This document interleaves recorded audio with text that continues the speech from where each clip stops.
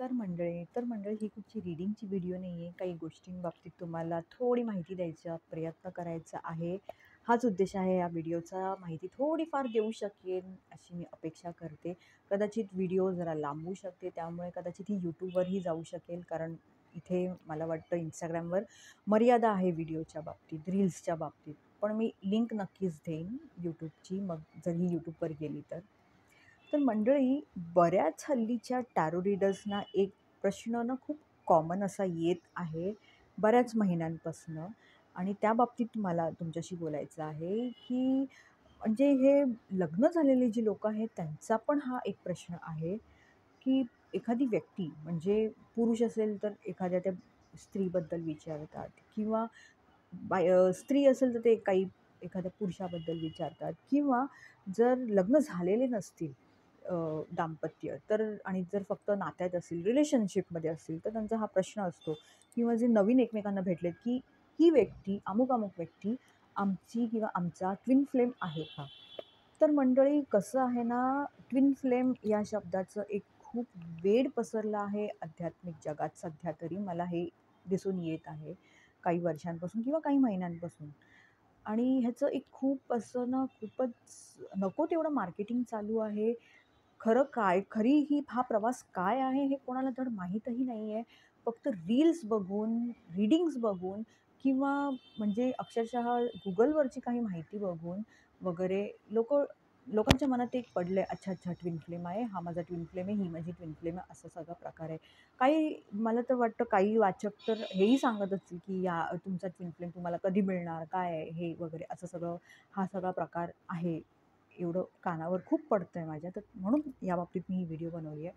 म्हणजे सगळ्यात आधी जाणून घ्या ट्विन फ्लेम प्रवास हा काय आहे.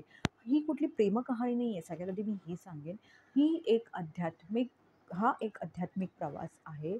आध्यात्मिक कहाणी आहे की सगळ्यात आधी खूप कमी लोकांचा ट्विन फ्लेम हा दुसऱ्या कुठल्या व्यक्तीच्या रूपात असतो. 1 ते 5% फक्त ही शक्यता आहे. सगळ्यात आधी हा प्रकार आहे. जेवढा म्हणजे मी एक पाहिलेलं आहे, जेवढं मी एक कुठेतरी स्टडी करते, कुठेतरी त्याचा अभ्यास करते, त्याच्यावरून मी सांगते मंडळी. दुसरी गोष्ट, आपल्या सगळ्यांमध्येच, मग ते स्त्री असो किंवा पुरुष असो, आपल्या दोघांमध्ये एक ऊर्जा असते. एक स्त्री आयोजित ऊर्जा असते, एक पुरुष आयोजित ऊर्जा असते. ही स्त्री आयोजित ऊर्जा आहे ना, ती कुठेतरी आपल्याला प्रेमळ बनवते, आकर्षक बनवते, मायाळू, दयाळू वगैरे बनवते. हे आहे. जी पुरुष आयोजित ऊर्जा आहे ना आपल्यातलीच, ती कुठेतरी आपल्याला व्यावहारिक बनवते जीवनात, कुठेतरी आपल्याला पुढाकार घ्यायला लावते. म्हणजे ॲक्शन घ्यायचं असेल ना कुठे काही वगैरे, तर त्याबाबतीत ही पुरुष आयोजित ऊर्जा मदत करते.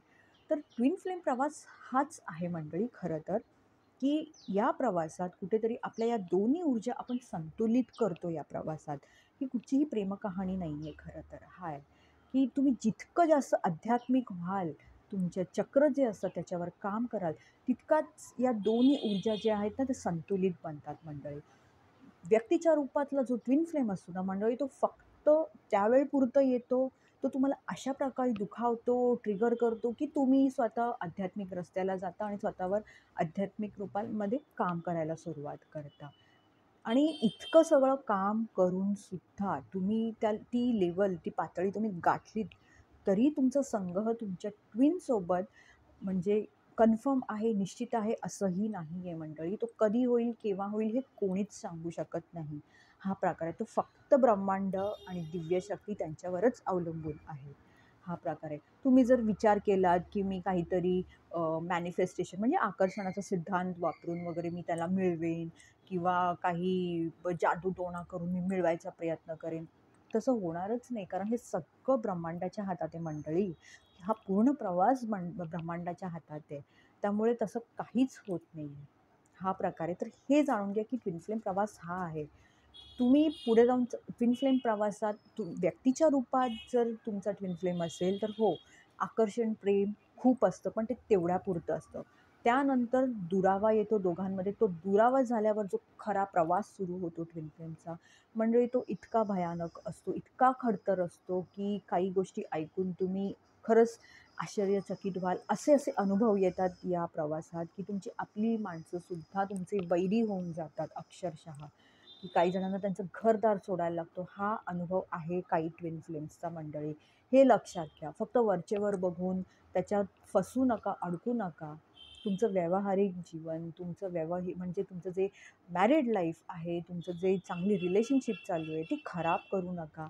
काही जण त्यांचं जे कार्मिक नातं आहे, कार्मिक रिलेशनशिप आहे, त्याला ट्विन फ्लेम रिलेशनशिप म्हणून चालतात, कनेक्शन बनवून चालतात, असं नाही आहे.